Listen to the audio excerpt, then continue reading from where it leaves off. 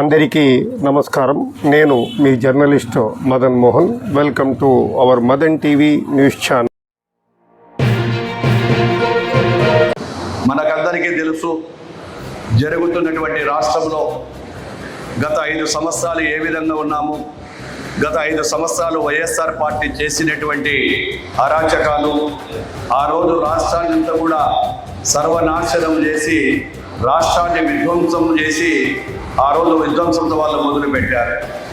మనం 2014-19లో ఎన్నికలలో తెలుగుదేశం పార్టీ అనేకమైనటువంటి అభివృద్ధి కార్యక్రమాలు, సంక్షేమ కార్యక్రమాలు చేసినప్పటికీ ఒక మోసపూరితమైన ఒక నాయకుడు ఇచ్చినటువంటి సందేశాన్ని ఒక్క ఛాన్స్ అనేటువంటి పేరుతో అధికారంలోకి వచ్చిన తర్వాత రాష్ట్రాన్ని విధ్వంసం చేశాడు.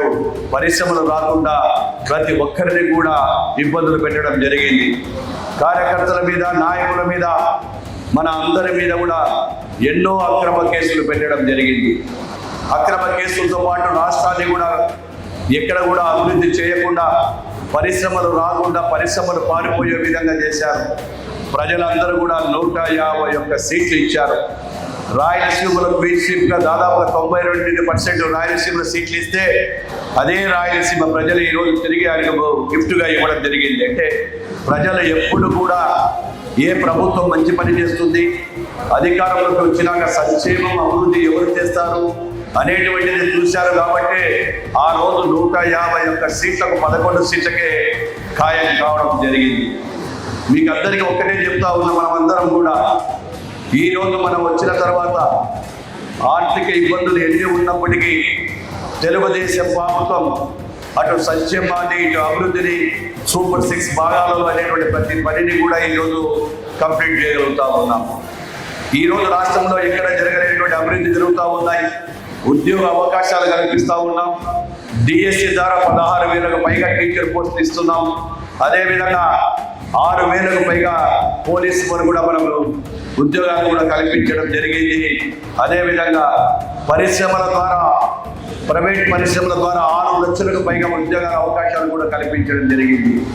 ఆ రోజు నారా లోకేష్ బాబు గారు యువగలంలో చెప్పినటువంటి యాత్రలో భాగంగా పరిశ్రమలు తీసుకొస్తాము, తెచ్చిన పరిశ్రమలందరికీ కూడా ఉద్యోగ అవకాశాలు కల్పించాలనే షరతుతో ఇప్పుడిప్పుడే పరిశ్రమలు కూడా మొదలుపెట్టి వాటిని కూడా ఈరోజు మొదలు పెట్టడం జరిగింది. త్వరలోనే ఆ యొక్క నాటినటువంటి చెట్టు ఫలితాలు కూడా త్వరలోనే వస్తాయని చెప్పి మనమందరం కూడా కోరుకుంటా ఉన్నాం. మిమ్మల్ని కోరేది ఒక్కటే, ఈరోజు గత 5 సంవత్సరాల పాలన ప్రజల దగ్గరికి చెప్పాలి. మనము ఇస్తున్నటువంటి సంక్షేమ పథకాలు ప్రతి క్లస్టర్ ఇన్ఛార్జీలు, బూత్ ఇన్ఛార్జీలు ప్రతి ఒక్కరూ కూడా మనము ప్రజల వద్దకు తెలియజేయవలసినటువంటి బాధ్యత మన అందరి మీద ఉంది. చాలా మంది అనుకుంటా ఉన్నాం, ఇప్పటికే ఎక్కడ కూడా ఈరోజు మిగిలినటువంటి 1-2 సంక్షేమ పథకాలు ఉన్నాయి. కొంతమంది కొత్త పింఛన్లు రాలేనటువంటి చాలా మంది కూడా ఆందోళనతో ఉన్నారు. ఎందుకంటే ఏదైతే ఆందోళనతో ఉన్నారో వాటిని కూడా గత ప్రభుత్వం చేసినటువంటి తప్పుడు పద్ధతుల ద్వారా కాకుండా అర్హులైన వారికి కూడా ఇవ్వాలని ప్రభుత్వం ఒక నిర్ణయానికి వచ్చింది.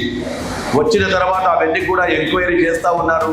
ఎందుకంటే కొంతమంది భార్యలు చనిపోయినాక కొత్తగా వచ్చిన సిస్టమ్ వల్ల వాళ్ళకందరికీ కూడా వెంటనే వస్తూ ఉన్నాయి. మా భర్తలు చనిపోయి 3-4 సంవత్సరాలైనా రాలేనటువంటి కొంతమందికి ఆవేదన చెందుతూ ఉన్నారు. వాళ్ళు కూడా గ్రామాలలో మనం పోయినప్పుడు మన నాయకులను, కార్యకర్తలందరినీ కూడా అడుగుతూ ఉన్నారు. వాళ్ళందరినీ అడుగున్నప్పుడు మనం కూడా వారికి సమాధానం ఇవ్వాలి. కాబట్టి ఈరోజు మేము కూడా మన జాతీయ అధ్యక్షుడు ముఖ్యమంత్రి నారా చంద్రబాబు నాయుడు గారి దృష్టికి కూడా తీసుకెళ్ళాము. వాటికి కూడా త్వరలోనే పరిష్కారం కూడా వస్తుంది. కాబట్టి మనం చేసిన అభివృద్ధి, మనం ఇస్తున్న సంక్షేమ పథకాలు, వాటన్నిటిని కూడా ప్రజల్లోకి తీసుకెళ్ళాలి.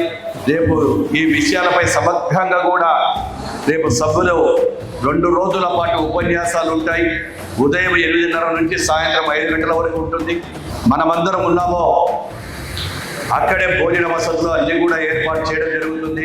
ఎందుకంటే ఒకే చోట పెడితే రావడం పోవడం ఇబ్బంది అనేటువంటి ఉద్దేశంతో ఈ యొక్క క్లస్టర్లను కూడా ఈరోజు నిర్ణయం తీసుకుని క్లస్టర్లను కూడా పెడతా ఉన్నాం.